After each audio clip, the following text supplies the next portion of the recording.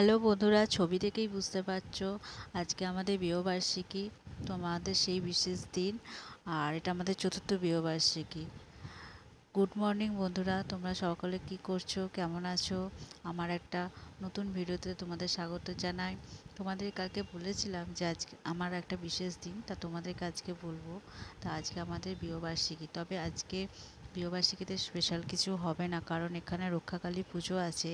এখানে বাণী সাহিত্য ক্লাব মন্দিরে এই রক্ষাকালী পুজোটা আজকে পড়েছে, তাই জন্য বিশেষ কিছু আর কি সেলিব্রেশন বা কোনোটাই হবে না। তবে আজকে সারাটা দিন কীভাবে কাটাই তোমাদের সাথে শেয়ার করব, আর সেলিব্রেশন পরে একদিন হবে, আর তখন নিশ্চয়ই তোমাদের দেখাবো। আর আজকে বিশেষ কিছু রান্নাও করব না, কারণ আজকে গরমও আছে, তার মধ্যে পুজোও আছে।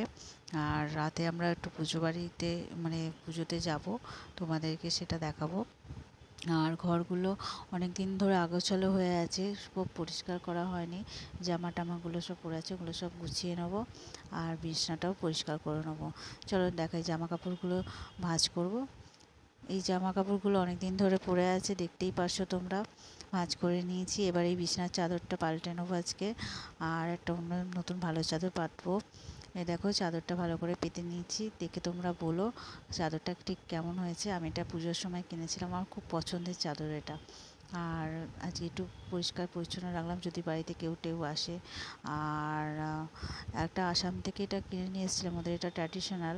তাই এটা নোংরা হয়েছিল, পরিষ্কার করেছি, আর এটা দেয়ালে লাগানো হয়নি, আজকে লাগাবো। চলো দেখাই। এই দেখো, পিনটা কত উঁচুতে, আমার হাত যাবে কিনা সেটাও সন্দেহ আছে, দেখি পারি কিনা। ফোন নিয়ে তো পাচ্ছি না। এই দেখো, ফোন ছাড়া লাগিয়ে দিয়েছি। এটা এখানেই ছিল আগের বার, পরিষ্কার করে আর কি করলাম। আর সব কিছু হয়ে গেছে, এবার চলো বন্ধুরা টিফিনটা করে আসি, দেখা টিফিনে কী আছে। এই দেখো, ঠোকার ভেতরে দেখতে পাচ্ছি কচুরি আর তরকারি এনেছে, আমি আনতে বলেছিলাম, তাই এনেছে দেখছি। তরকারিটা বার করে নিলাম, দেখি কটা কচুরি এনেছে, আমি তো দুটো আনতে বলেছিলাম। দেখি কটা, তিনটে কচুরি এনেছে। আমি তিনটে কচুরি খেলে তো আজকে ভাতই খেতে পারবো না। আর চলো, তোমরা কে কে লুচি বা কচুরি খেতে ভালোবাসা জানিও। আমার তো কড়াইশুঁটি কচুরি খুব ভালো লাগে, এই সময় কড়াইশুঁটি তো পাওয়া যায় না, এটা ছাতুর কচুরি। আর আমার লুচি কচুরি খাওয়ার পরে একটু মুড়ি খাওয়া যায়। খেয়ে দিয়ে এলাম, একটু বসবো, এবার স্নান করে পুজোটা করে নেবো। চলো বন্ধুরা পুজোটা করে নিই। আজকে যেহেতু স্পেশাল দিন, ওই জন্য এসব ভালো করে আর কি পুজো দিতে বলেছে বাড়িতে। তোমার দাদা তো সকালে উঠেই মন্দিরে পুজো দিয়ে এসছে, আমি তো যেতে পারিনি কাজের জন্য, আর শরীরটাও ভালো ছিল না। আর অনেকে বলেছে শুনি যে লক্ষ্মী ঠাকুরকে নাকি জবা ফুল দিতে নেই, তা কোন জবা ফুল দিতে নেই একটু তোমরা বলবে? সাদা তো চলে না, সাদা ফুল লক্ষ্মী ঠাকুরকে দিতে নেই আমি জানি, কিন্তু সাদা জবা ছাড়া কোন কী জবা ফুল দিতে নেই আমাকে একটু জানিও তো। অনেকে বলে, সবার কথা তো বলতে পারছি না, তা কার কী মত আমাকে একটু তোমরা জানিও। আর সব ঠাকুরকে আজকে সব ফুল দিলাম। ফুলগুলো আমাদের সব গাছের, এই জবাগুলো সব গাছের। আর ঠাকুরকে একটু দানাদার গুজিয়া ভোগ লাগিয়েছি। আর এরপর তোমার দাদা এই দেখো প্রসাদ নিয়ে এসছে, আর সিঁদুর আছে, সিঁদুরটা একটু কপালে ঠেকিয়ে নেবো। আর সকালেও তোমাদের দাদা প্রসাদ খেয়ে চলে গেছে, আমি তো স্নান করিনি, ওই জন্য খেতে পারিনি, ওই জন্য এবারে প্রসাদটা খেয়ে নেবো। প্রসাদটা খেয়ে নিয়ে আর এই ফুলটা দিয়েছে, ফুলটা একটু কপালে ঠেকিয়ে নিলাম। আর একটু প্রসাদটা খাই, খেয়ে আবার নিচে দিয়ে দেবো, কারণ ওরাও তো এখনও খায়নি, ওদের কোনো হয়নি স্নান টান। আর তারপরে তোমাদের সাথে কথা বলছি। দুপুরের পর আর ভিডিওটা কন্টিনিউ করতে পারিনি, কারণ হচ্ছে আমাদের বাণী সাহিত্য মন্দিরে একজন ভোগ রান্না করেন, তা তিনি হঠাৎ করে মারা গেছেন। তা 22 দিন ধরে উনি ভর্তি ছিলেন। আমাদের জীবনে এমন অনেক মানুষ আছেন যারা আমাদের জীবনে বিশেষভাবে প্রভাবিত করে যায়। উনি এত সুন্দর ভোগ রান্না করতেন, বা প্রেজেন্টেশন ভোগের, বা ওনার এত সুন্দর ব্যক্তিত্ব যা আমাদের জীবনে বিশেষভাবে প্রভাবিত করেছে। উনি আমাদের জীবনে মাত্র 2.5 বছর আর কি ওনার সাথে আমাদের পরিচয় ঘটে, তার মধ্যে এত আপন হয়ে গেছে যে তার মৃত্যুটা আমাদের বিশেষভাবে মনে গভীরভাবে আঘাত ফেলে।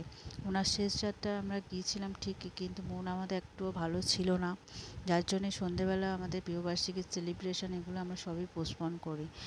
এমনকি রান্নাবান্নাও অনেক কিছুভাবে ঠিক করেছিলাম, সেটাও পর্যন্ত তোমার দাদাকে বলি করবো না, কিন্তু সামনে রক্ষাকালী পুজো, সেখানে তো যেতেই হবে, তাই জন্য বাধ্য হয়ে গিয়েছিলাম। বা ঠাকুরকে ঠাকুরের মতো করে মন থেকেই পুজো করেছি, কিন্তু ওনার মৃত্যুটাকে আমি মেনে নিতে পারিনি, কারণ উনি এতটাই ভালো ছিল, আর কম বয়সে এভাবে মারা গেলেন। তা ওনার স্ট্রোক হয়েছিল। উনি তো ভোগ রান্না করতেন গরমে, তারপরে অ্যাসিডিটি থেকে স্ট্রোক হয়ে তারপরে কিডনি ড্যামেজ আর লিভারের প্রবলেম এসবের জন্য তিনি মারা যান। তা ওই কারণে আমাদের মন টন খুব একটা কারোর ভালো ছিল না। তা এই জন্যে আমরা আর অনুষ্ঠানটা করিনি। তা পরে যখন অনুষ্ঠানটা হবে তোমাদের সাথে অবশ্যই শেয়ার করব। আর ওই জন্য আজকে আমরা অনুষ্ঠানটা করলাম না। বন্ধুরা, আজকে আমাদের পাড়ায় রক্ষাকালী পুজো। আমি রেডি হয়ে নিয়েছি। আমাদের বাণী সাহিত্য মন্দির ক্লাবে রক্ষাকালী পুজো হয়, তার জন্য দেখো কেমন লাগছে। পুরোটা তো দেখাতে পাচ্ছি না, তা বলো কেমন লাগছে।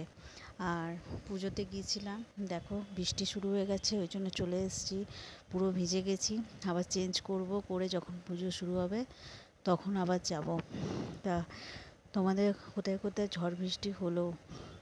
কারণ হচ্ছে এই ঝড় বৃষ্টিটা খুব দরকার ছিল, এত গরম পড়েছিল আর সহ্য করা যাচ্ছিল না। আর এই দেখো আমি আবার বৃষ্টি থামতে, খুব থামেনি, ঝিরঝির করে পড়ছিল, চলে এলাম ছাতা মাথায় দিয়ে ঠাকুরের কাছে। পুজো শুরু হয়ে গেছে, কারণ এরপর পুজো শুরু না করলে দেরি হয়ে যাবে। তা ওই জন্য ঠাকুরমশাই পুজো বসে গেছেন, প্রথমে সংকল্প করে নিচ্ছেন। আর পুজো তা আজকে তো আমাদের এই পুজোর সাথে শকুন্তলা মায়েরও পুজো হয়, তার ছবি তোমাদের সাথে শেয়ার করলাম। আর আমাদের এখন পুজো চলছে, নৈবেদ্য উৎসর্গ চলছে। এবার যারা যারা পুজো দিয়েছে তাদের নামে পুজো করাও চলছে। এখন বাজে প্রায় 12টা। আর তারপরে হচ্ছে 108টা প্রদীপ জ্বালানো হবে। তা এই 108টা প্রদীপ আমরা সব রেডি করেছি। এই দেখো সবাই জ্বালানো হয়ে গেছে, যেগুলো আর কি বাকি আছে সেগুলো আর কি উনি জেলে দিচ্ছেন। আর এখন পুজো চলছে, এবারে আরতি হবে। আর তোমরা কে কে 108টা প্রদীপ জ্বালাতে ভালোবাসো বলো। এই হোম হচ্ছে, হোমে আরতি দিচ্ছে ঠাকুরমশাই। এখন প্রায় 2:30 বাজে। আর তোমরা কে কে জেগে আছো, তোমাদের কাদের কাদের পাড়ায় এই পুজো হচ্ছে? আমাদের এই পুজোটা মূলত শকুন্তলা পুজো যেদিন হয় সেই পুজোর সাথে হয় কোন্নগরের বিখ্যাত পুজো শকুন্তলা কালী পুজো। এবারে হচ্ছে হোমেতে আহুতি দেওয়া হচ্ছে, এরপরে ঠাকুরের সুতো কেটে ঠাকুরকে বিসর্জনের জন্য রেডি করা হবে। এখন আমরা বাড়ি যাচ্ছি, ভোর প্রায় 4টে বাজে।